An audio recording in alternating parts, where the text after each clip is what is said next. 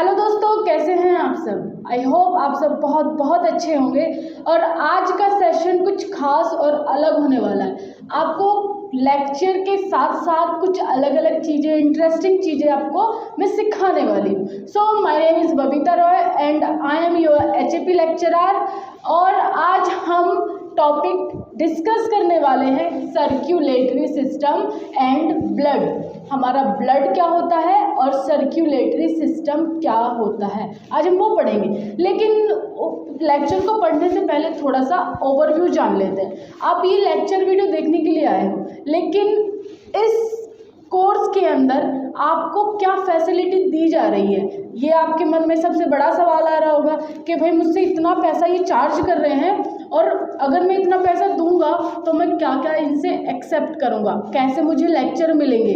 वो तो आपने मैम की वीडियो देख ही ली होगी, उससे आपको अंदाज़ा हो गया होगा कि इस कंटेंट में, इन कोर्स के अंदर मुझे क्या क्या मिलने वाला है। अब भाई आप टीचर्स भी देखोगे तो फर्स्ट तो मैं ही हूँ। अब मैंने आपको इंट्रोड्यूस अपना करवा ही दिया है और अलग अलग टीचर्स अलग अलग सब्जेक्ट्स पढ़ाते हैं, वो भी आपने देख ही लिए होंगे सबके लेक्चर्स। हम तो अपनी बात करते हैं। अपनी बात हम कैसे कर रहे हैं कि जो लेक्चर आप पढ़ोगे उसी को इसी वीडियो में कंसेप्ट क्लियर करके तब आप वीडियो को एंड करोगे। ऐसा नहीं है कि आपको 3-4 बार वीडियो देखनी पड़ेगी और तब भी आपको कंसेप्ट क्लियर हो ही नहीं रहा है, ऐसा बिल्कुल नहीं होने वाला। ये वीडियो आप देख रहे हो तो इसी वीडियो में लेक्चर भी कंप्लीट और आपके सारे कंसेप्ट भी किसी भी टॉपिक को लेकर हम क्लियर कर देंगे। तो चलो अब हम आते हैं मेन मुद्दे की बात। भाई टॉपिक स्टार्ट कर रहे हैं सर्कुलेटरी सिस्टम। आ जाते हैं फिर स्लाइड पर। चलिए आज का टॉपिक है हमारा सर्कुलेटरी सिस्टम एंड ब्लड। सबसे पहले हम सर्कुलेटरी सिस्टम देखेंगे, उसके बाद जाएंगे हम ब्लड पे, ठीक है। तो सर्कुलेटरी सिस्टम का क्या मतलब होता है, मैंने अपने पिछले वीडियो कौन से, जो आप सेकंड सेमेस्टर का कोर्स देखोगे या अभी तो आप फर्स्ट सेमेस्टर को देखोगे, तो इसमें क्या रहेगा, अगर हम कोई भी टॉपिक पढ़ते हैं उसका कंसेप्ट हमें बिल्कुल क्लियर होना चाहिए, पहली बात तो ये। और दूसरी बात ये, अगर कोई भी हेडिंग आ जाती है, कोई भी टॉपिक आपको दे दिया जाता है तो आपके एकदम माइंड में बैठ जाना चाहिए कि भाई ये टॉपिक आया है, तो थोड़ा थोड़ा ध्यान में रहना चाहिए कि इसका मतलब ये होगा कि हाँ मैं ये क्वेश्चन अगर एग्ज़ाम में आता है या अगर आपसे कोई टीचर पूछ रहा है या अगर आप खुद से भी कंसेप्ट क्लियर कर रहे हो, तो हेडिंग कहीं देख ली आपने, टॉपिक कहीं देख लिया, तो आपको दिमाग में एकदम फिट हो जाना चाहिए कि इसका मतलब ये है, और अगर सर्कुलेटरी सिस्टम है तो इसका मतलब ये है, अगर कोई अदर टॉपिक है तो उसका मतलब ये। तो मेरा कहने का स्पष्ट मतलब ये है, अगर कोई भी टॉपिक है तो उसका सबसे पहले नाम का हमें मतलब पता होना चाहिए। Is that clear. चलो आगे आ जाते हैं, स्टार्ट करते हैं अपने टॉपिक को। तो सर्कुलेटरी सिस्टम क्या होता है। सर्कुलेटरी सिस्टम अलग अलग तरीके का होता है। हमारे शरीर में कुछ अलग तरीके का सर्कुलेटरी सिस्टम है। सर्कुलेटरी सिस्टम का मतलब बाहर के एग्जाम्पल से समझते हैं, फिर अपने एग्जाम्पल में आएंगे। जैसे कि हमने अपने घर के मोटर में पाइप फिट कर दिया। क्या फिट कर दिया, घर का मोटर चलाया, भाई टंकी खत्म हो गई थी हमारे पानी की, अब हमें पानी भरने के लिए मोटर चलाया तो घर की जो फिटिंग हुई रहती है उसमें क्या लगे रहते हैं, पाइप लगे रहते हैं, है ना, पाइप लगे रहते हैं। मोटर का बटन दबाया, पानी नीचे से क्या हुआ, पानी आना स्टार्ट हो गया। अब जो हमारे घर में फिटिंग थी पाइप की, वो पाइप लेकर के जाएगी सीधा छत की टंकी पे और पानी भरना शुरू हो जाएगा। एक बाहर का एग्जाम्पल तो ये है। तो कहने का मतलब क्या है, ये जो हमारा घर है, इस घर का सर्कुलेटरी सिस्टम क्या है, पाइप। क्लियर हो रही है बात। इस घर का सर्कुलेटरी सिस्टम क्या है, पाइप। पाइप को हम सर्कुलेटरी सिस्टम बोल रहे हैं। उसी तरीके से हमारे शरीर के अंदर भी एक सर्कुलेटरी सिस्टम है, जिसके द्वारा जो हमारा ब्लड है वो सर्कुलेट होता है। हिंदी में जो हमारा शरीर है, जो कि सर्कुलेटरी सिस्टम से जितने भी हिंदी में बोल जाते हैं उसको, सर्कुलेटरी सिस्टम में क्या आती हैं, सभी तरीके की नसें, नर्व्स सर्कुलेटरी सिस्टम के अंदर आती है। जैसे घर के लिए पाइप की ज़रूरत है, उसी तरीके से हमारी बॉडी को किसी भी चीज़ को सर्कुलेट करने के लिए कुछ पाइप्स की ज़रूरत होती है, उन पाइप को बोलते हैं नर्व्स। भाई क्लियर बात हो गई। तो अब ऐसा होता है घर में भी कहीं बड़ा पाइप लगा है, अगर खेत में पानी दे रहा हो तो किस चीज़ की, कोई छोटे पाइप से आप पानी दोगे खेत में? नहीं दोगे ना। तो उसमें किस चीज़ की ज़रूरत होती है? उसमें बहुत बड़ा एक ट्यूबवेल होता है, उसमें इतना बड़ा पाइप लगा होता है। अब हमारे घर को कितने पाइप की ज़रूरत है? हमारे घर को इतने पाइप की ज़रूरत है। कहीं छोटा पाइप की ज़रूरत है, कहीं बड़े पाइप की ज़रूरत है, कहीं मीडियम पाइप की ज़रूरत है। तो इस तरीके से हमारी बॉडी के अंदर भी सर्कुलेटरी सिस्टम, अलग अलग नसें होती है सर्कुलेटरी सिस्टम के अंदर। कहीं छोटी नसें, कहीं बड़ी नसें, कहीं मीडियम नसें, तो अलग अलग तरीके की होती हैं। तो सबसे पहले नसों को अलग कर देते हैं। पहले सर्कुलेटरी सिस्टम 3 तरीके के होते हैं, ठीक है? 3 तरीके के सर्कुलेटरी सिस्टम होते हैं। तो फर्स्ट देखते हैं कौन सा होता है। फर्स्ट होता है तुम्हारा, जस्ट वेट,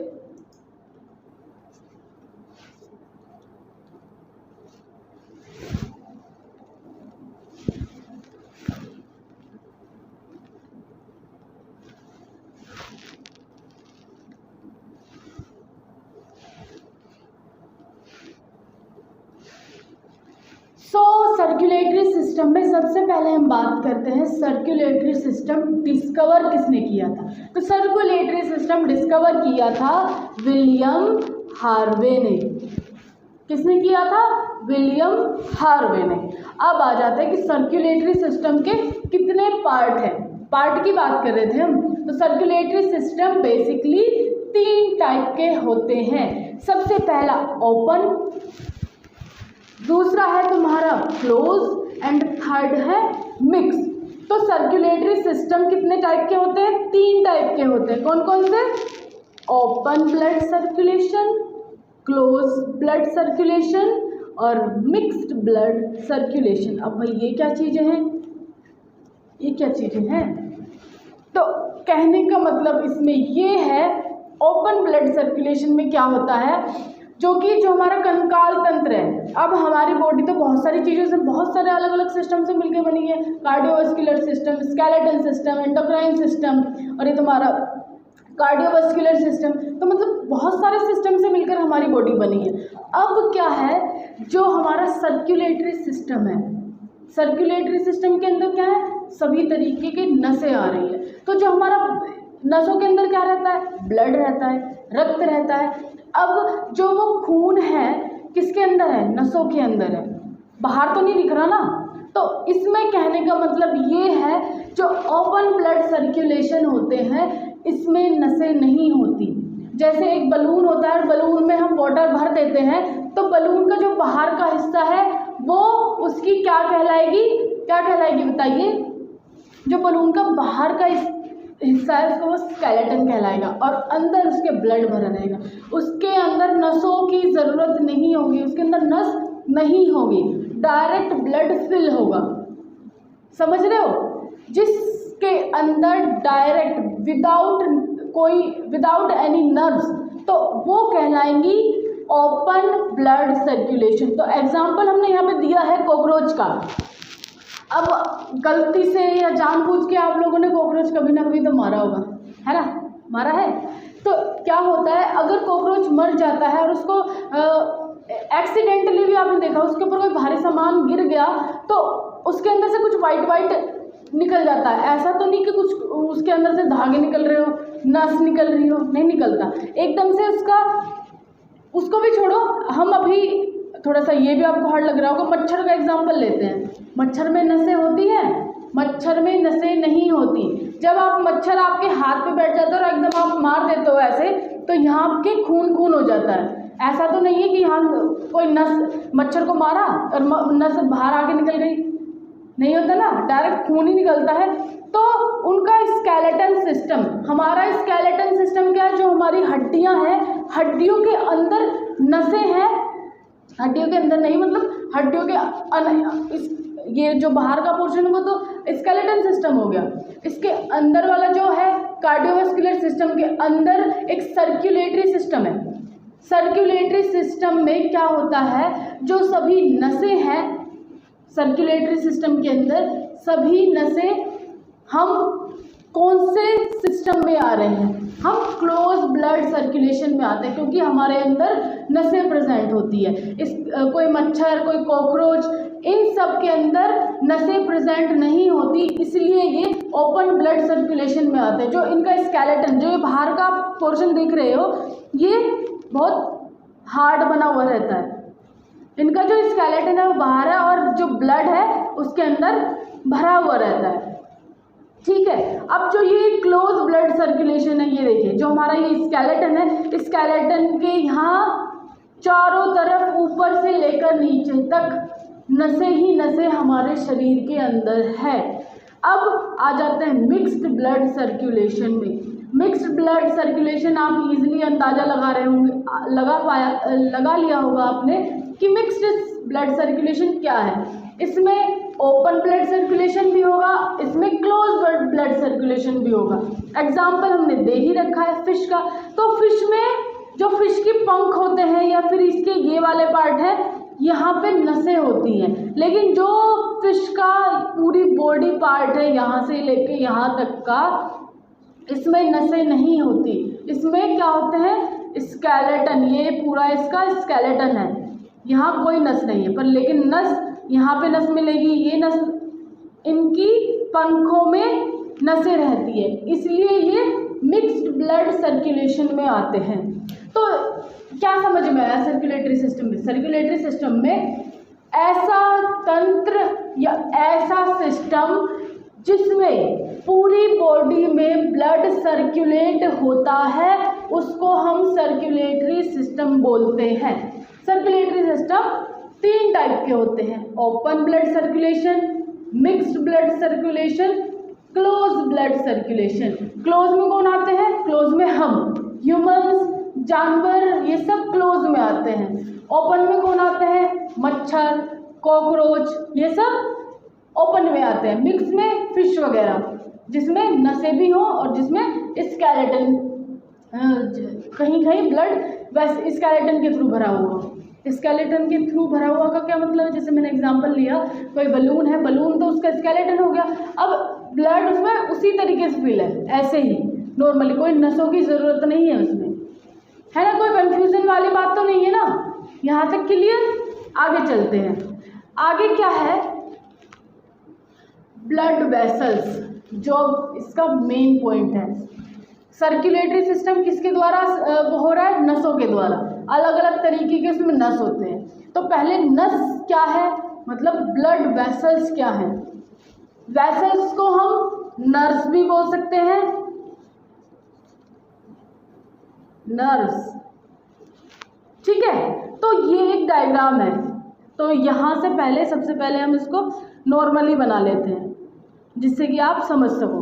तो ऊपर की तरफ हमारे ये सारी नसें दिखाई देती है, दिखती है कि नहीं? तो यहाँ जो हमने ये डायग्राम बनाया हुआ है, पूरा इसको एक्सप्लेन नहीं करेंगे, लेकिन इसमें कुछ चीज़ों को जो इम्पोर्टेंट है वो आपको बताना है। जो इसका ये खाली स्पेस आपको दिखाई दे रहा है, ये वाला खाली स्पेस को बोलते हैं ल्यूमेन। क्या बोलते हैं? ब्लड वेसल्स के खाली स्पेस को ल्यूमेन बोलते हैं। ल्यूमेन में ही ब्लड सप्लाई होता है, ल्यूमेन के थ्रू ब्लड आगे पूरी बॉडी में ट्रांसपोर्ट करता रहता है।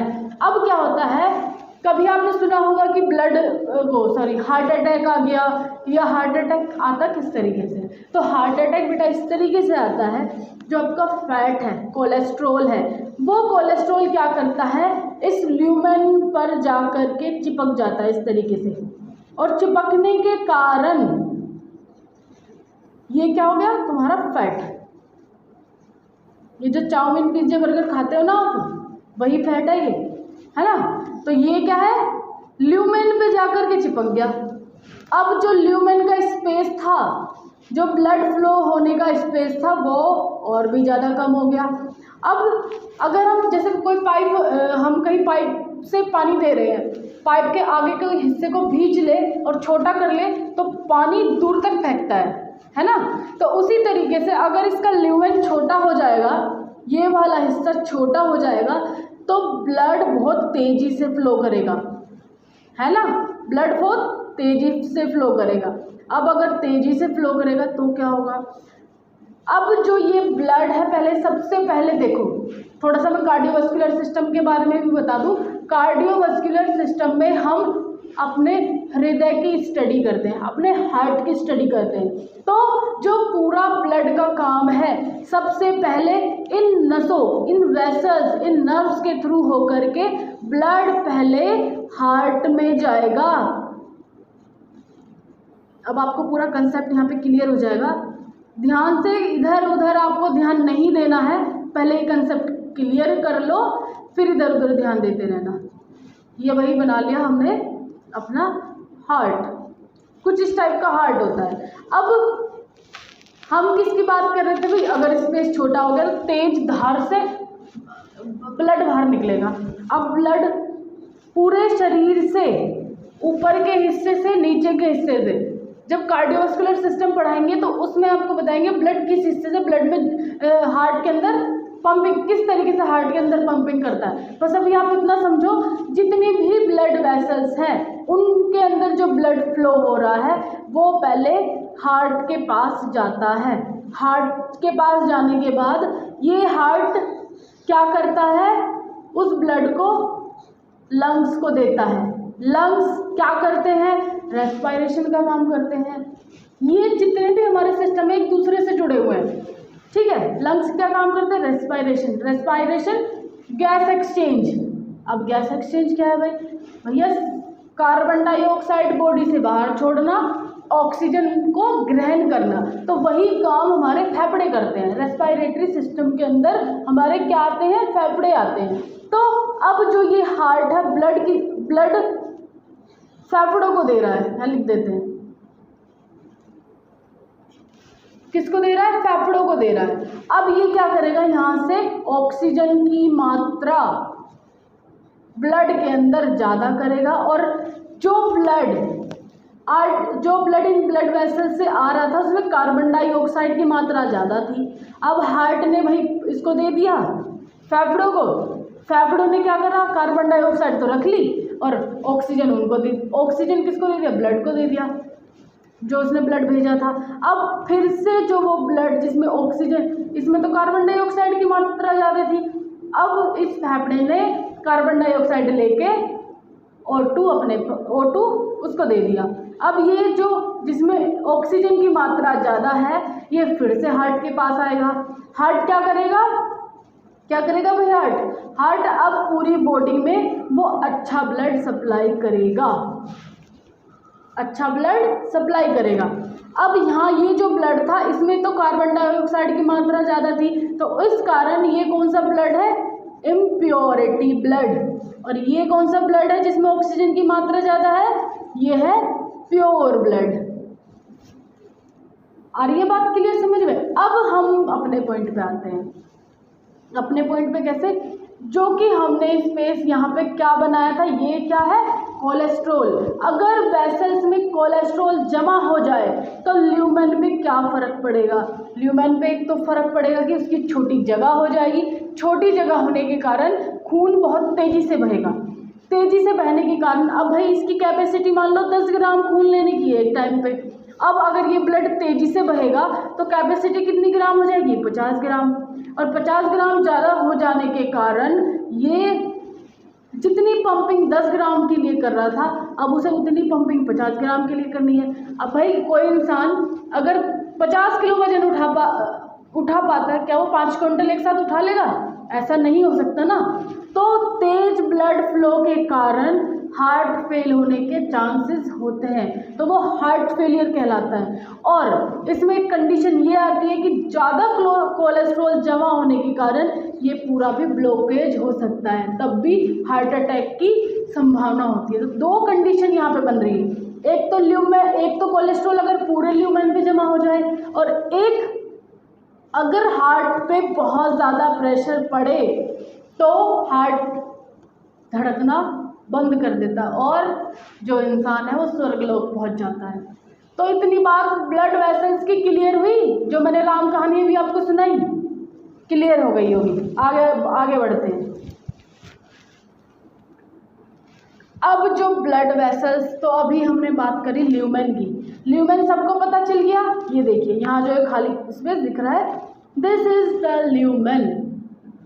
अब क्या है, ये एक आपको नीली दिखाई दे रही है, एक आपको लाल दिखाई दे रही है। तो ब्लड वेसल्स हमारे शरीर के अंदर दो प्रकार की होती हैं। एक का नाम होता है आर्टरी, एक का नाम क्या होता है, आर्टरी, और दूसरे का नाम होता है वेन्स। दो तरीके के पाइप हमारे पूरी बॉडी में ऊपर से लेकर नीचे तक सर्कुलेशन का काम करते हैं। अब क्या है, अब देखिए यहाँ ध्यान से सुनिएगा। हार्ट बनाया था अपने पिछले वे में, यहाँ तो पूरा गंदा हो गया है तो यहाँ नहीं, वहीं डिस्कस करते हैं। तो यहाँ वेन्स और आर्टरी दो तरीके की होती है। वेन्स के अंदर प्योर इम्प्योर ब्लड होता है, जिसे हम बायोलॉजिकल लैंग्वेज में क्या बोलते हैं, डीऑक्सीजनेटेड।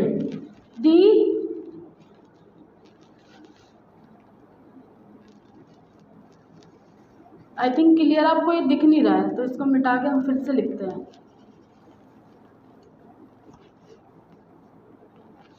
कौन सा ब्लड है,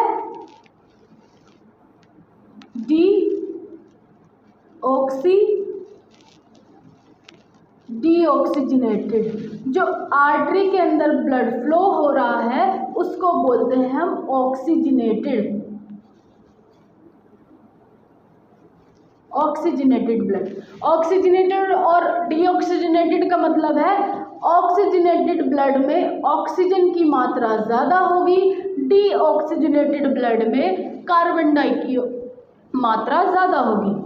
तो यहाँ ये जो साइन बनाते हैं ये आपको पता होना चाहिए। अगर ऊपर की तरफ ये एरो है तो इंक्रीज का साइन जा रहा है, अगर नीचे की तरफ एरो है तो डिक्रीज का साइन जा रहा है। क्लियर, ठीक है। तो हमारे शरीर के अंदर दो तरीके की आर्टरी और वेन्स होती है। एक में ऑक्सीजन की मात्रा ज़्यादा बहती है और एक में CO2 की मात्रा ज़्यादा बहती है। अब ऑक्सीजन की मात्रा ज़्यादा बहती है तो क्या होगा, हार्ट बना लेते हैं पहले। अब वो वाला दूसरे वाला हार्ट बना लिया है ना। यहाँ से ब्लड, ये थोड़ा गलत लिख दिया है, इसको करते हैं रफ।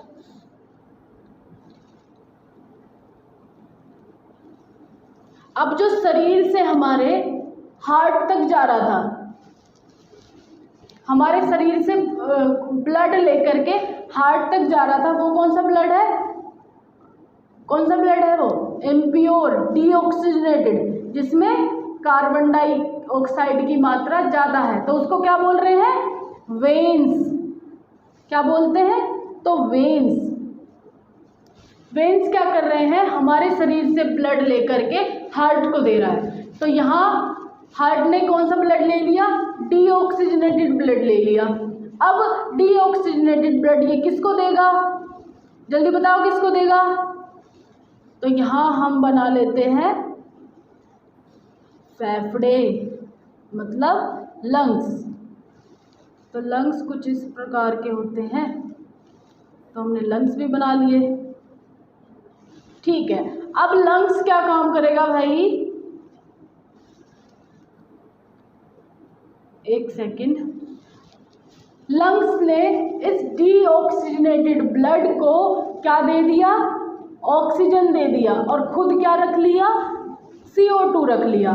तो फिर लंग्स कैसा ब्लड पहुंचाएगा, जिसमें ऑक्सीजन की मात्रा ज़्यादा हो, जिसमें ऑक्सीजन की मात्रा ज़्यादा हो। अब ये वापस कहाँ पे जाएगा, ये वापस हार्ट के पास जाएगा। अब हार्ट इसे फिर से बॉडी को देगा। तो इसलिए दो तरीके की नसें होती हैं जो कि दोनों अपना अलग अलग काम कर रही हैं। ये वाली नसें जिसमें कार्बन डाइऑक्साइड ज़्यादा है वो पहले हार्ट में जाएगा, हार्ट में जाके लंग्स तक जाएगा, लंग्स में प्योरीफाई उसमें ऑक्सीजन मिला करके फिर से वापस बॉडी को सप्लाई हो जाएगा। इतनी बात क्लियर। तो आर्टरी और वेन समझ में आ रहा है, आई थिंक अब समझ में आ जाना चाहिए। यहाँ पे और भी कोई ऐसा वो नहीं है कि आपके समझ में ना आ रहा हो। अब आर्टरी और वेन्स के कुछ पॉइंट्स हैं, तो यहाँ हम पहले सारे पॉइंट्स डिस्कस कर लेते हैं। एक पॉइंट है हार्ट टू बॉडी। जैसे मैंने पिछले डायग्राम में आपको बताया कि जो आर्टरी से ब्लड है वो कहाँ पे जाता है, हार्ट उनको क्या करता है, हार्ट ब्लड लेगा और बॉडी तक सप्लाई करेगा। तो यहाँ वही पॉइंट लिखा है, जो ब्लड है वो हार्ट से लेकर के पूरी बॉडी में सप्लाई कर देगा, और वेन्स क्या करेंगे, बॉडी से ब्लड लेकर के हार्ट को देगा। हार्ट क्या करेगा, हार्ट ब्लड लेकर के लंग से बॉडी को देगा। मतलब क्लियर है, ये दोनों एक दूसरे के अपोज है। आर्टरी ब्लड लेकर के क्या कर रही है, हार्ट से ब्लड ले रही है और पूरी बॉडी में सप्लाई कर रही है, और बॉडी वो वेन्स क्या कर रही है, पूरी बॉडी से ब्लड लेकर के हार्ट को दे रही है। क्लियर भाई, क्लियर हो गई। चलो सेकंड पॉइंट में लिखा है प्रेशर इंक्रीज 120 मिलीग्राम। जो आर्टरी का प्रेशर होता है वो कितना होता है, 120 मिलीग्राम। जो आप बात करते हो कि अपना बीपी चेक करवा लो, बीपी नपवा लो, एक सिंपल देसी भाषा में बोलते हैं ना, मेरा बीपी डाउन है, मुझे अपना बीपी चेक करवाना है, तो बीपी का मतलब होता है ब्लड प्रेशर। तो ब्लड प्रेशर कितने फ्लो से बहता है हमारे शरीर के अंदर, तो आर्टरी में 120 मिलीग्राम और वेन्स में कितना, 80 मिलीग्राम। अब कैसे, यहाँ पे आर्टरी बना लेते हैं, ये क्या है आर्टरी, और इधर बना लेते हैं वेन्स, ये क्या है वेन्स।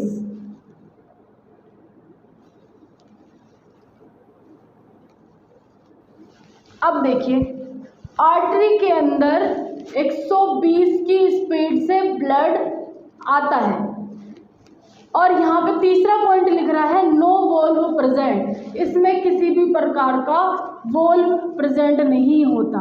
अब वोल्व क्या है, वोल्व का कहने का मतलब ये है, हार्ट ने ब्लड सप्लाई कर दिया, किसको सप्लाई किया, हार्ट ने ब्लड सप्लाई किया बॉडी को। अब 120 की स्पीड से, मान लो हार्ट से हाथ में ब्लड जा रहा है 120 की स्पीड से, अगर स्पीड से कोई चीज़ है तो अगर हमें यहाँ भेजनी है और हमने स्पीड से भेजी और बीच में कोई वोल्व आ गया, यहाँ इस तरीके से, वोल्व का मतलब है इस तरीके से कोई गेट आ गया, तो क्या वो स्पीड से जा पाएगा, जा पाएगा या नहीं जा पाएगा, ये बताइए। स्पीड से अगर यहाँ हमने कुछ बना दिया, यहाँ पे बैरियर लगा दिया और हमें कोई स्पीड से चीज़ भेजनी थी, अगर वो बैरियर यहाँ पे लगा होगा तो चीज़ भेजनी थी हमें यहाँ पे, लेकिन वो यहीं पे रुक जाएगी। तो स्पीड से आर्टरी के अंदर ब्लड फ्लो होता है, इसके कारण उसमें कोई वोल्व प्रेजेंट नहीं होता। लेकिन वहीं पे वेन्स के अंदर लिखा है जो ब्लड प्रेशर है वो 80 मिलीग्राम है, और जो उसके अंदर वोल्व प्रेजेंट होता है। अब भाई इसमें वोल्व क्यों प्रेजेंट होता है, क्योंकि वोल्व इसके अंदर इसलिए प्रेजेंट होता है, इसकी स्पीड कम है, अब ये धीरे धीरे चल रहा है।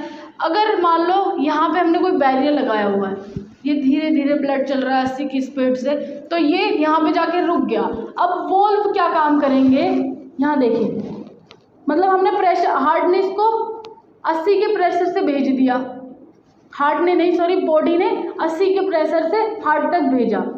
अब अगर इसमें वोल्व नहीं होंगे, वोल्व नहीं होंगे तब की बात सुनिए, ब्लड यहाँ तक पहुँच चुका, पहले यहाँ ब्लड ही बना के आपको दिखाते हैं।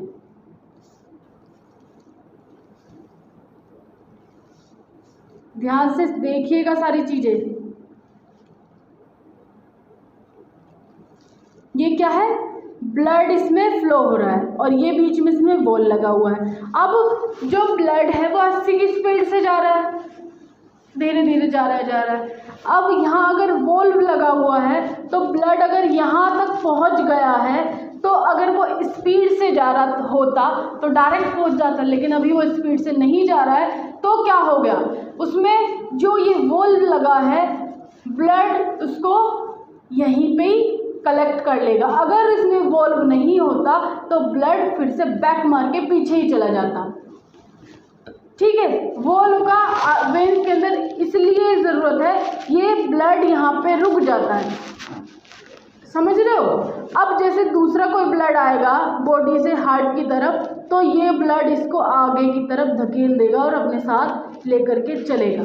लेकिन इसमें कोई वॉल्व प्रेजेंट नहीं होता है, इसमें वॉल्व प्रेजेंट होता है।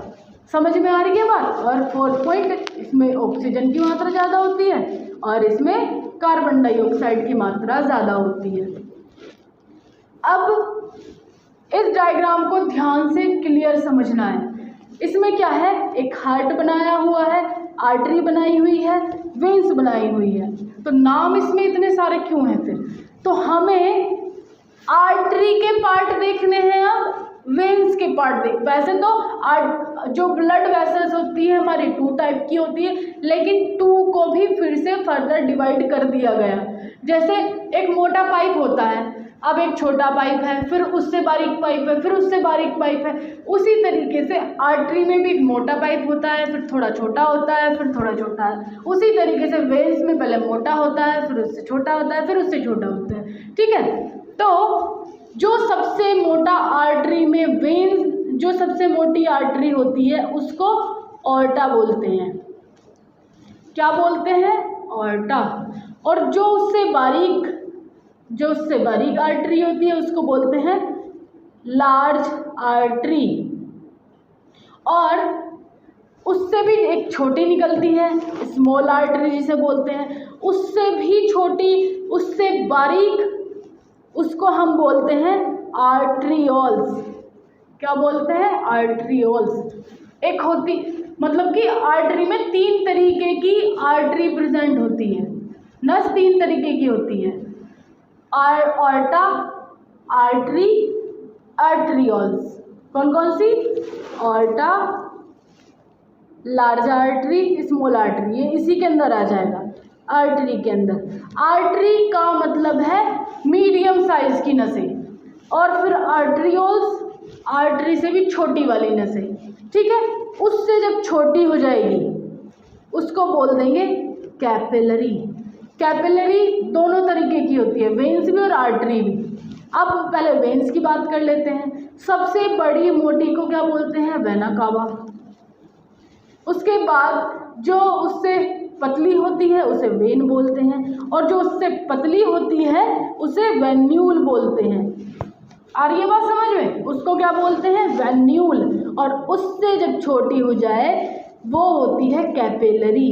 और यहाँ पे ऑक्सीजनेटेड और डीऑक्सीजनेटेड ब्लड मिक्स होते हैं। तो क्वेश्चन कॉम्पिटिटिव एग्जाम की अगर आप तैयारी करोगे जीपैट की, ड्रग इंस्पेक्टर की, तो उसमें ये भी पूछते हैं कि दोनों ब्लड, आर्टरी ब्लड हो, दोनों ब्लड कहाँ पे जाकर के मिक्स होते हैं? तो वो कैपिलरी पर ही जाकर मिक्स होते हैं, यहाँ पे कैपिलरी पे। ठीक है, तो क्या समझ में आ रहा है इसमें? इसमें समझ में ये आ रहा है कि जो हार्ट है, पूरी बॉडी का जो ब्लड है वो बड़ी, ये वेना कावा से होकर के हार्ट तक ब्लड जाता है। और जो हार्ट है, हार्ट की बड़ी कौन है? ऑर्टा से पूरी बॉडी में सप्लाई होता है, लेकिन अलग अलग पाइपों के द्वारा, मीडियम पाइपों के। जो हार्ट से अटैच है वो ऑर्टा है, बहुत बड़ी नस, और जो हार्ट से अटैच है वो वेन्स के लिए क्या है? वेना कावा, बहुत बड़ी नस। अब जो मीडियम साइज की है वो हमारी पूरी बॉडी में फैली हुई है, और जो कैपिलरीज हैं वो भी पूरी बॉडी में फैली हुई है। हमारी आँख के अंदर भी बहुत बारीक बारीक नसें हैं, जो ये आपको रेड रेड दिखती है इधर कोने में भी। जैसे कभी आँख में कुछ गिर जाए तो लाल लाल हो जाता है, तो क्या होता है? वो बहुत छोटी पतली नसें होती है, जिसे हम क्या कहते हैं? कैपिलरी।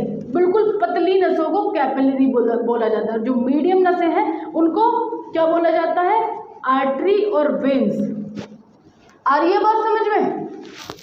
आ ही रही है। अब आ जाते हैं ब्लड सेरोलॉजी, हिस्टियोलॉजी। तो ब्लड की स्टडी को हम हिस्ट्रियोलॉजी और सेरोलॉजी बोलते हैं। क्या बोलते हैं?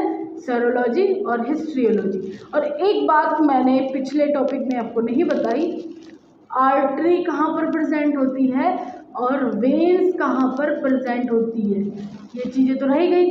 तो जो बाहर की आपको आपके शरीर में बाहर जो नसें दिखाई देती हैं वो ग्रीन ग्रीन कलर से की दिखाई देती है ना, जो ये बाहर की तरफ नसें हैं उनको वेन्स बोलते हैं। और जो इनसे अंदर की ज़्यादा गहराई के अंदर ये नसें होती हैं आर्टरीज होती हैं। जो आपको इंजेक्शन लगता है वो वेन्स के अंदर लगता है, और जो आर्टरी होती है वो आपके काफ़ी स्किन के काफ़ी नीचे होती है आर्टरीज। अब ये आर्टरी नीचे क्यों होती है? क्योंकि इनमें जो प्रेशर है बहुत ज़्यादा है। अगर मान लो कहीं आपकी अंदर से ये जो हमारी इधर कोई नस है ये आर्टरी है, अगर इसको काट दिया जाए तो बहुत तेज़ी से ब्लड बाहर निकलेगा।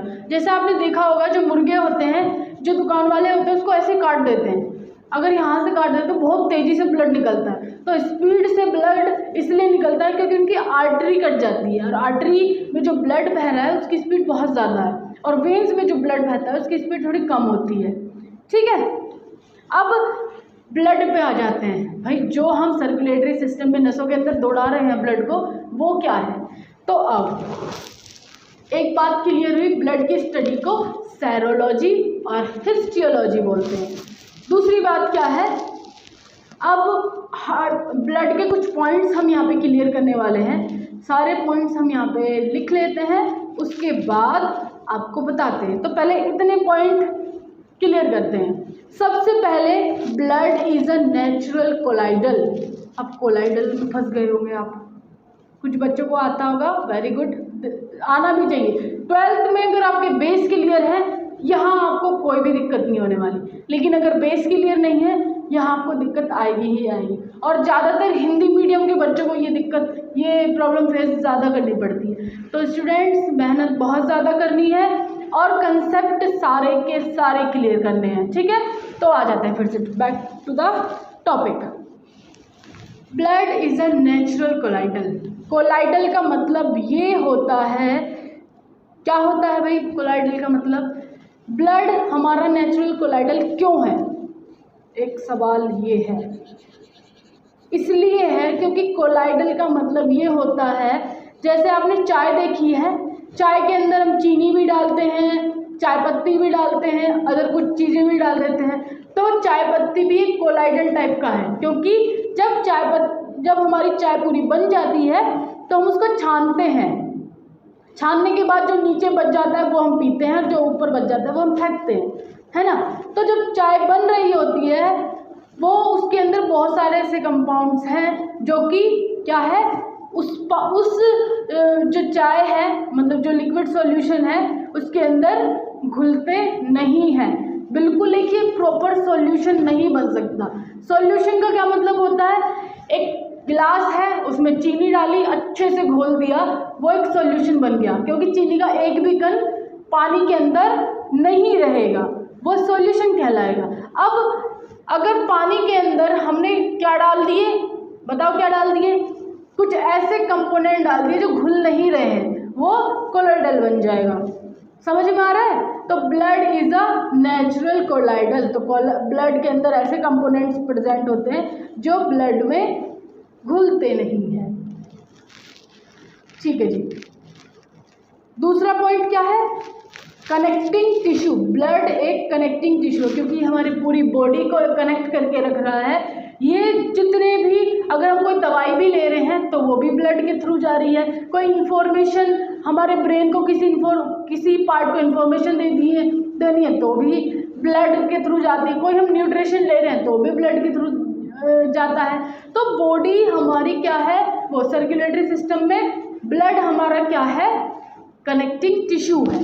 जो ब्लड का पीएच होता है वो 7.4 पीएच है। मेल के अंदर कितना ब्लड होता है? 5.5 लीटर ब्लड। कितना? 5.5 लीटर। फीमेल के अंदर 5 लीटर। ठीक है। स्टोर स्प्लीन, जो ब्लड है वो कहाँ पे स्टोर होता है? स्प्लीन के अंदर। आगे पॉइंट देख लेते हैं।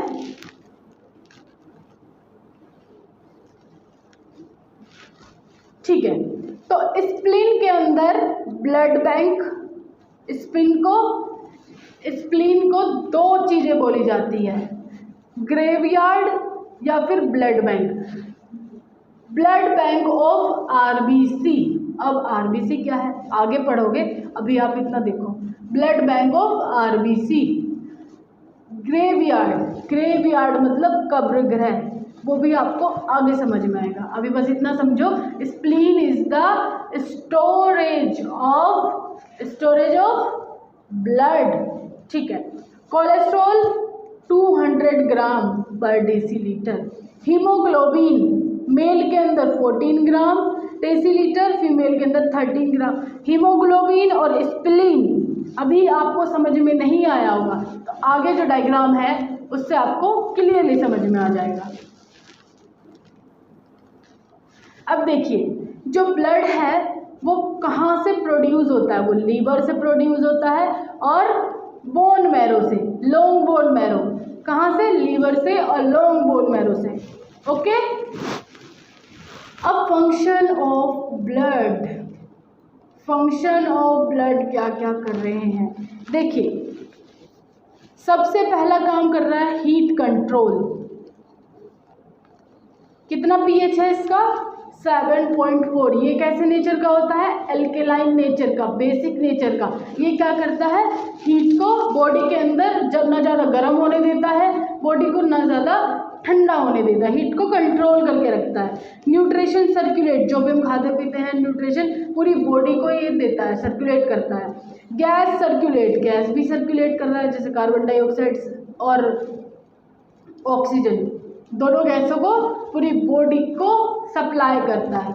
Impure blood give to kidney. और एक काम और क्या करता है, ब्लड के अंदर ऐसा तो है नहीं सारे अच्छे अच्छे कंपाउंड है, कुछ बैक्टीरिया वायरसेस भी आ जाते हैं। कहते हैं नहीं कभी कभी खून में इन्फेक्शन हो गया, ब्लड में इन्फेक्शन हो गया, तो कुछ बैक्टीरिया वायरस आ जाने के कारण तो ये क्या करता है, जो किडनी है हमारी, किडनी क्या काम करती है? फिल्ट्रेशन का काम करती है। तो जो इम्प्योर ब्लड है वो पूरा ब्लड किडनी को जाता है, किडनी अच्छा सामान रख करके फिर से वापस भेज देती है अच्छे सामान को, और जो बेकार सामान है, बेकार मटेरियल है, वो यूरिन के थ्रू बॉडी से एक्सक्रीट आउट कर देती है ना जी। समझ में आ रही है बात?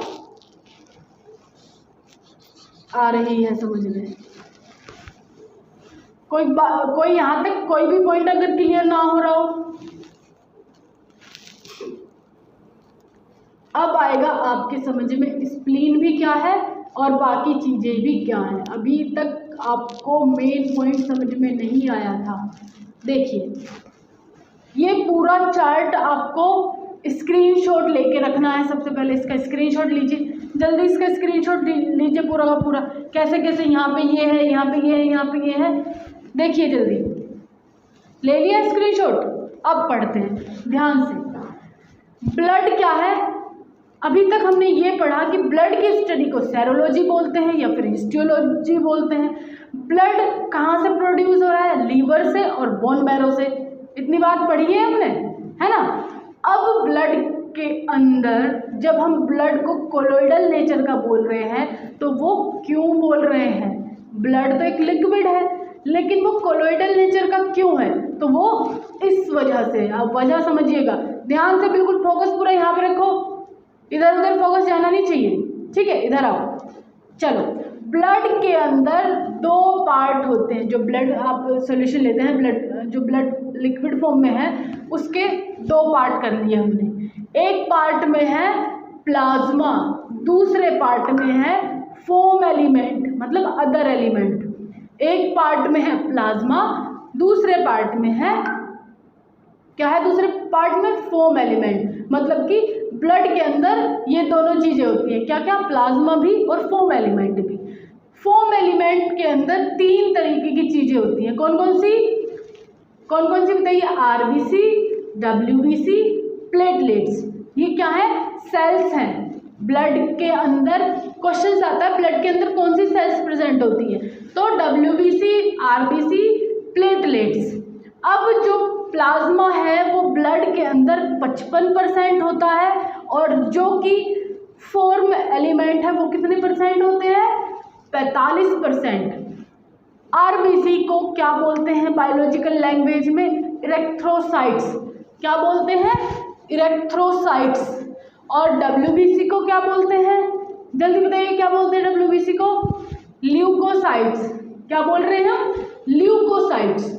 और प्लेटलेट्स को क्या बोलते हैं? थ्रोम्बोसाइट्स। क्या बोल रहे हैं जल्दी बताओ। देखो आप यहाँ पे दिख रहा है आपको क्लियरली, थ्रोम्बोसाइट्स। ओके, तीनों चीजें क्लियर। ब्लड के अंदर एक प्लाज्मा होता है जो कि 55 मतलब पूरे ब्लड की बात हो रही है, अलग अलग पोर्शन में नहीं। पूरे ब्लड में 55% प्लाज्मा होता है, 45% फोम एलिमेंट होते हैं। Foam element RBC, WBC, platelets. RBC कितनी होती है? यहाँ पे लिखा है 50 लाख आरबीसीज होती है, डब्ल्यूबीसी 10,000 होती है, और प्लेटलेट्स कितनी होती है? 2 लाख, 2 लाख प्लेटलेट्स होती है। अब तीनों का क्या क्या काम है ये भी तो आना चाहिए ना। लेकिन ये बात अभी क्लियर हुई कि ब्लड के अंदर ये चीजें प्रेजेंट है। प्लाज्मा के अंदर 55% क्या प्रेजेंट है? क्या प्रेजेंट है? 55%। ब्लड के अंदर 55% प्लाज्मा प्रेजेंट है। अब प्लाज्मा के 2 पार्ट हैं, फिब्रिनोजिन प्रोटीन और प्रोथ्रोम्बिन प्रोटीन। प्लाज्मा के अंदर 2 तरीके के प्रोटीन होते हैं, फिब्रिनोजिन और प्रोथ्रोम्बिन। इतनी बात सबको समझ में आ रही है? तो ये डायग्राम भी आप यहाँ देख सकते हैं, ऊपर अलग अलग कलर से बनाया हुआ है। जो रेड कलर के हैं, जो रेड कलर के हैं वो क्या है? आरबीसी। जो वाइट कलर के हैं वो क्या है? डब्ल्यूबीसी। और जो ये है इनको क्या बोलते हैं? प्लेटलेट्स। प्लेटलेट्स।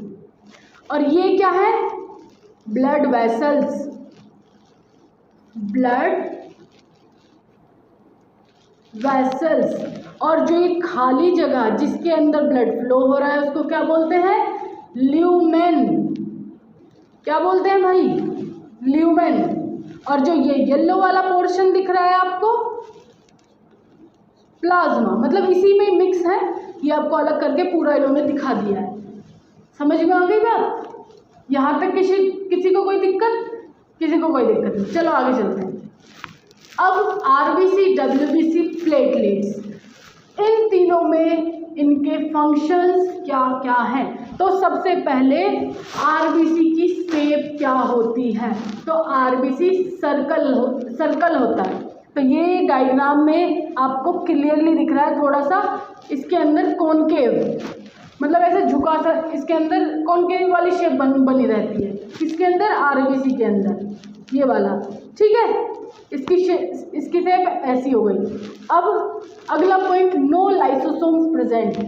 हर सेल के अंदर, अब ये सेल्स हैं सारी, हर सेल के अंदर अलग अलग बहुत सारे टाइप के ऑर्गेनेल्स प्रेजेंट रहते हैं जो कि अपना अलग अलग काम करते हैं। जब सेल्स पढ़ेंगे इस कोर्स के अंदर तो आपको पूरे वर्ड और सारी चीज़ें समझ में आ जाएगी।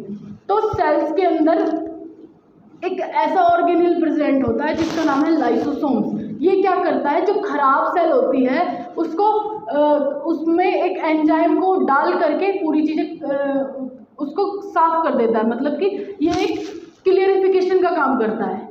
खराब सेल को खा जाता है और खुद उनको अच्छी, क्या बोल सकते हैं इसको, समझो। कोई जहाँ मैंने मारा खुद के हाथ में, बहुत ज़ोर से मारा और नील पड़ गया। नील पड़ने के कारण क्या हुआ? यहाँ की बहुत सारी सेल्स डेड हो गई। तो अब यहाँ क्या होगा? ये वाला ठीक है हिस्सा, ये वाला ठीक है हिस्सा। तो यहाँ की सेल्स डेड हो गई हैं, तो जो लाइसोसोम्स था वो भी तो डेड हो गया। अब लाइसोसोम का क्या काम है? जो खराब सेल्स होती है उनको खा करके सफाई करना। एक तरीके से सेल की सफाई कौन करता है? लाइसोसोम्स करता है। अब जब मेरे हाथ पे यहाँ पे बहुत ज़्यादा चोट लग गई, यहाँ की सेल्स सारी मर गई, तो उसमें लाइसोसोम भी मर गया। तो अब क्या होगा? सफाई तो लाइसोसोम कर रहा था, अब यहाँ की सफाई कौन करेगा? अब यहाँ की सफाई इस तरीके से होगी कि जो यहाँ की अच्छी सेल्स है, यहाँ के लाइसोसोम्स अपने अंदर से एंजाइम रिलीज करेंगे और यहाँ छिड़क देंगे यहाँ। तो यहाँ की सफाई इस साइड के लाइसोसोम्स करते हैं। तो लाइसोसोम्स का बेसिकली काम खराब सेल्स की सफाई करना है। तो यहाँ लाइसोसोम जब प्रेजेंट नहीं है तो भाई इसकी सफाई कौन करेगा? अगर आरबीसी खराब हो जाती है, जो आरबीसी की लाइफ स्पान होती है वो 120 दिन की होती है। कितनी होती है? 120 दिन। 120 दिन बाद फिर से नए आरबीसी बनने शुरू हो जाते हैं। अगला है नो न्यूक्लियस प्रेजेंट। इसमें कोई न्यूक्लियस भी नहीं प्रेजेंट होता। सेल के अंदर न्यूक्लियस एक मास्टर माइंड होता है, वो सारी ऑर्गेनिल्स को कंट्रोल करके रखता है, तो वो भी इसके अंदर प्रेजेंट नहीं होता। 95% इन फोम एलिमेंट। जितने भी ये तीनों फोम एलिमेंट के अंदर आते हैं तो 95% उनके अंदर आरबीसी प्रेजेंट होती है। आई बात समझ में या नहीं आई भाई? ये है ब्लड, इसमें 55% तो प्लाज्मा हो गया और 45% फोम एलिमेंट हो गया। कितना? 45% फोम एलिमेंट। अब फोम एलिमेंट में 95% आरबीसी होती है और 5% ये डब्ल्यूबीसी और प्लेटलेट्स होती है। अब बात क्लियर? ठीक है भाई, क्लियर हो गया तो बहुत अच्छी बात है। अब आ जाते हैं आगे। Blood, RBC, haemoglobin, FA. ये क्या लिख दिया भाई? ये तो मेरी पूरी समझ में नहीं आ रहा। तो ब्लड के अंदर होते हैं आरबीसी, आरबीसी के अंदर होता है हीमोग्लोबिन, हीमोग्लोबिन बनता है एफई से। एफई को क्या बोलते हैं? आयरन। केमिस्ट्री की लैंग्वेज में शॉर्ट फॉर्म में आयरन को एफई बोलते हैं। तो जो ये लाल कलर आपको दिख रहा है, जो इसका कलर होता है वो इस हीमोग्लोबिन की वजह से ही होता है। किसकी वजह से? हीमोग्लोबिन।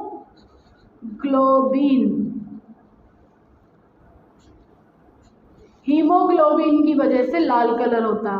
और हीमोग्लोबिन अगर कम हो जाए, हीमोग्लोबिन अगर कम हो जाए तो क्या होगा? आरबीसी की मात्रा कम हो जाएगी। अगर आरबीसी की मात्रा कम होगी तो क्या होगा?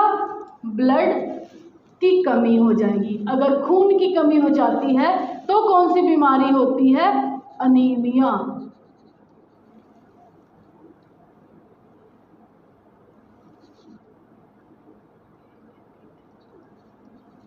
अनीमिया बीमारी हो जाती है। अब आयरन ज़्यादा खाने से हीमोग्लोबिन बढ़ता है और जो हमारा मेंटेनेंस है ब्लड का वो मेंटेन रहता है। इसलिए जब कोई भी प्रेग्नेंट लेडी होती है उसको सबसे पहले आयरन की ही गोली दी जाती है कि उसमें खून की कमी ना हो। ठीक है, आ गई बात समझ में? ठीक है, तो यहाँ भी वही सेम बात लिखी है, deficiency of haemoglobin cause anaemia. अगर हीमोग्लोबिन की कमी होगी तो अनीमिया बीमारी होनी ही होनी है। इसलिए बोलते हैं कि ज़्यादा से ज़्यादा आयरन लो। पालक खाओ, पालक में बहुत ज़्यादा आयरन होता है तो इससे खून बढ़ता है। अनार खाओ, खून बढ़ेगा।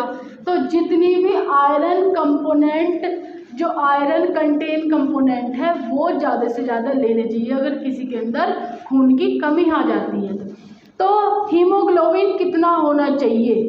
एक मेल के अंदर 14 ग्राम होना चाहिए और एक फीमेल के अंदर 13 ग्राम होना चाहिए। तो जो पहले आपको हीमोग्लोबिन समझ में नहीं आ रहा था, जहाँ स्प्लीन और हीमोग्लोबिन की बात हो रही थी, अब आपको हीमोग्लोबिन समझ में आ गया है ना? हीमोग्लोबिन कितने ग्राम होना चाहिए? मेल के अंदर 14 ग्राम, फीमेल के अंदर 13 ग्राम। अगर 13 ग्राम या 14 ग्राम इन दोनों कंडीशन में से कम है तो सुस्ती आने लगती है, दर्द पूरी बॉडी में होने लगता है। तो ये सारी जो बीमारियां हैं वो खून की कमी से होनी शुरू हो जाती हैं। अब डब्ल्यूबीसी की शेप कैसी होती है? तो डब्ल्यूबीसी की कोई शेप भी नहीं होती, इस तरीके के डब्ल्यूबीसी होते हैं। समझ में आ गई बात? चलो आगे आ जाते हैं। तो डब्ल्यूबीसी के अंदर न्यूक्लियस प्रेजेंट रहता है और ये क्या है? जो हमें इतनी ताकत मिली रहती है, जो हमारी इम्यूनिटी है वो सिर्फ डब्ल्यूबीसी की ही वजह से। तो इम्यूनिटी का काम कौन करता है? डब्ल्यूबीसी। ये क्या करती है? एंटीबॉडीज़ बनाती है। ये हमारे बॉडी के अंदर एंटीबॉडीज़ बनाती है। जो भी कोई बाहर से कोई बैक्टीरिया आ गया उसको पकड़ेगा, मार मार के उसको कचुम्बर बना के फिर से बॉडी से बाहर कर देगी।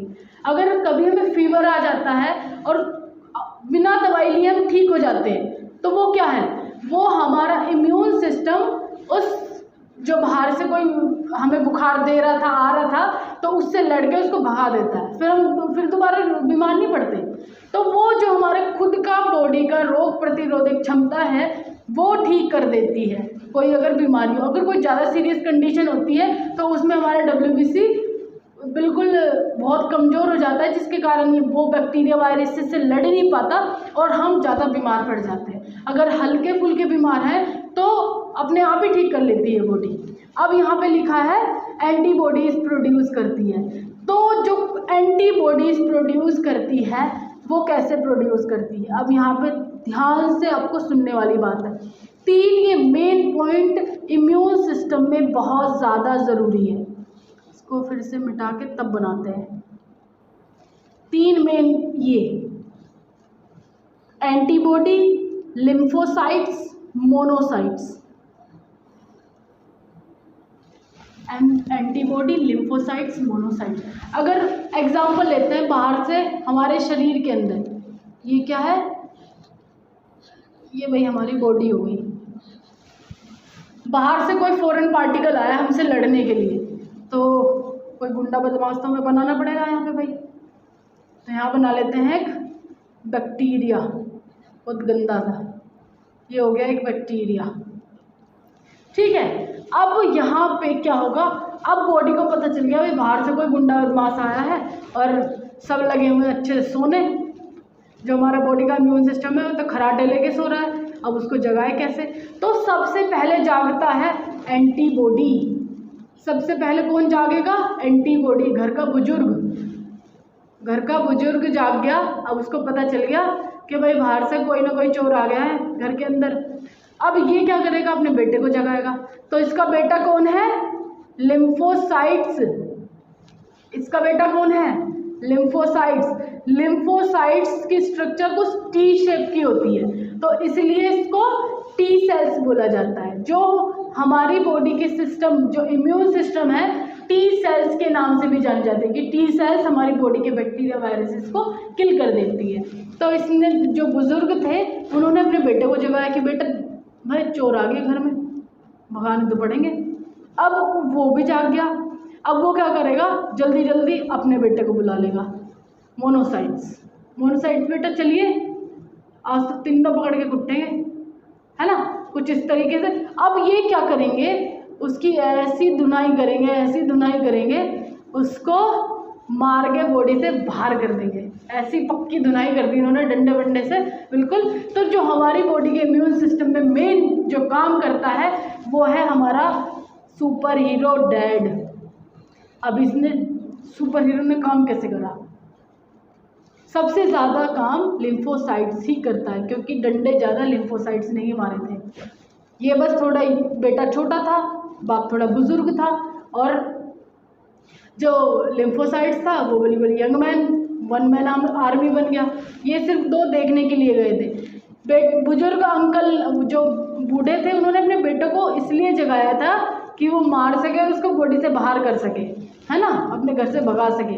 और बेटे को किस लिए जगाया गया था कि ये भी थोड़ा सा क्या कर सके मैं बेटा, इतनी हिम्मत आ जाए कि अगर T सेल्स नहीं है, थोड़ी सी कम है, ये बेटे की बाप की मदद कर सके। ये मोनोसाइट्स क्या करते हैं, T सेल्स की हेल्प करते हैं बॉडी से वायरस बैक्टीरियाज को भगाने के लिए। अब ये 3 क्या है, न्यूट्रोफिल्स, इओसिनोफिल्स, बेसोफिल्स। ये भी WBC के पार्ट हैं। इनका ज़्यादा उपयोग नहीं है, लेकिन ये भी हमारे इम्यून सिस्टम में हेल्प करते हैं।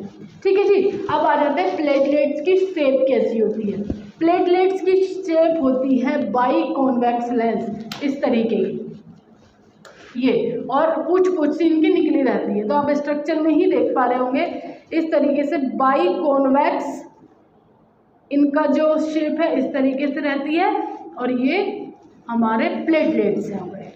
अब प्लेटलेट्स का क्या काम होता है, इसके अंदर न्यूक्लियस नहीं होता है और ये हमें एनर्जी प्रोवाइड करवाता है। और सबसे मेन काम प्लेटलेट्स का होता है, ये करते हैं ब्लड क्लॉटिंग में हेल्प, ब्लड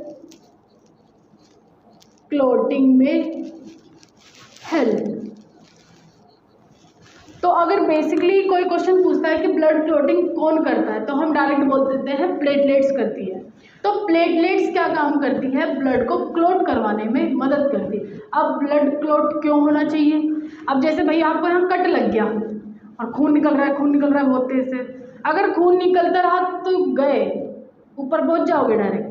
तो खून निकल रहा है और कुछ 4 से 5 मिनट के बाद ऑटोमेटिक वो खून बंद हो जाता है। तो वो क्यों होता है, वो इसलिए होता है कि प्लेटलेट्स वहाँ पे जा कर के कलेक्ट हो जाती है और खून निकलना बंद हो जाता है। तो मेन कारण खून बंद होने का, जिसको इंग्लिश में बोलते हैं ब्लड क्लॉटिंग, तो वो किसके कारण होती है, प्लेटलेट्स के कारण। तो प्लेटलेट्स कहाँ पे प्रेजेंट होती है, ब्लड के अंदर। ब्लड के अंदर भी कहाँ पे, फॉर्म एलिमेंट के अंदर। कुछ भी भूलना नहीं है, सारे कंसेप्ट यहाँ पे क्लियर हो रहे हैं। अब आ गई स्प्लीन की बात, स्प्लीन का अभी तक आपको क्लियर नहीं हुआ होगा, तो आगे हम स्प्लीन की भी बात कर लेते हैं। आगे तो है ही नहीं भाई, तो वो हमारे पेड कोर्स के अंदर होगा। स्प्लीन अगर आपको जानना है तो वो हम आपको यहीं पे बता देते, लेकिन इसी तरीके के सारे हमारे लेक्चर रहने वाले हैं। तो जल्दी से जाओ, पेड कोर्स परचेज करो और अपने सभी कंसेप्ट क्लियर करो। आई होप आपको ये कंसेप्ट ब्लड वाला अब दोबारा पढ़ने की ज़रूरत नहीं होगी, इसमें सारे कंसेप्ट आपको क्लियर कर दिए गए हैं। ठीक है, इसका भी अगर आप स्क्रीनशॉट लेना चाहते हो तो ले सकते हो। ठीक है स्टूडेंट्स, थैंक यू।